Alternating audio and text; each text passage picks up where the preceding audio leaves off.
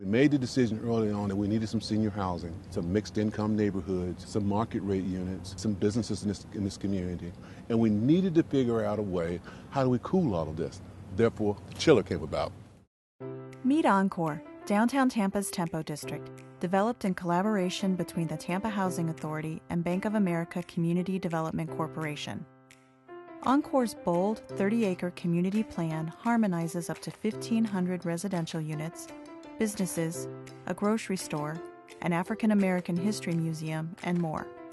So how does this bold new district keep all of those spaces and places cool efficiently while also using water responsibly?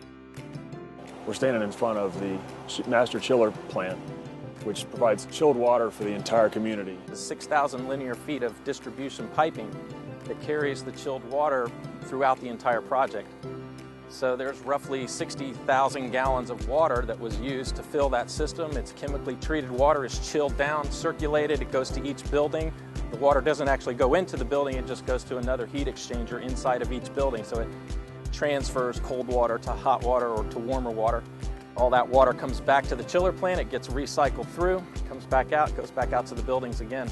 The chiller plant has 500 tons of ice storage containers in the back. The idea with that is it saves energy by creating ice at night when the electricity cost is less than during the day. And the reason it's less is because there's not as many people using electricity at night. That chill water in Florida is priceless because it's what makes it cold and makes it worth doing development in Florida. But it provides energy efficiency for each of the vertical buildings.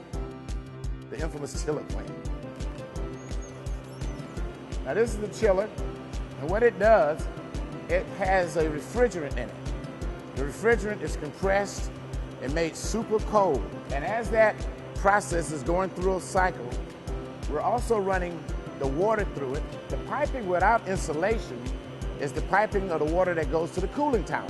Comes from the cooling tower, cool, goes through here, picks the heat up, and it takes it back to the cooling tower, and it just does that in a loop. So the water comes out the tower, goes to the chiller, and it goes back. It goes back, and it goes all the way to the top, and it distributes down and falls down. So as the water's falling down, there's fans on the top to pull air through the sides, through the intakes here, through those honeycombs. And those honeycombs are going to help cut down on the drift loss and help cut down on water that's just being blown back up to the atmosphere. And you can see we've already planned for the future tie-ins as they'll be going that way, because they've all got to work together. We're also metering the water that goes to the cooling tower, and the city will give us a credit because that water isn't necessarily going down the drain. We will use this well before we use this city water, because this costs us money, because that's potable water, okay? And so potable water, which is drinking quality water that you can drink, that's very expensive because it's been chemically treated. But what we have here is a well. So we'll use the well first, and we'll use the well for makeup as we lose water through drift and so forth, and evaporation. The well, you don't need the city, domestic water. We've got condensate that we've got to come back. This chiller is designed for the future.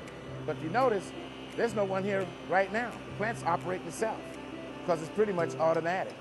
That's another feature to cut down on maintenance personnel by having the system automatic and having it remotely controlled. They can actually find out what's happening at this plant down at their offices. It's kind of like having your own built-in utility company. And that's what we have here. So there you have it. A sneak peek inside one of the coolest sustainability features at ENCORE, where every effort has been taken to minimize environmental impact and maximize this new district's vitality as a resilient, sustainable, LEED ND gold development. Learn more about ENCORE by visiting EncoreTampa.com or becoming a fan of our Facebook page.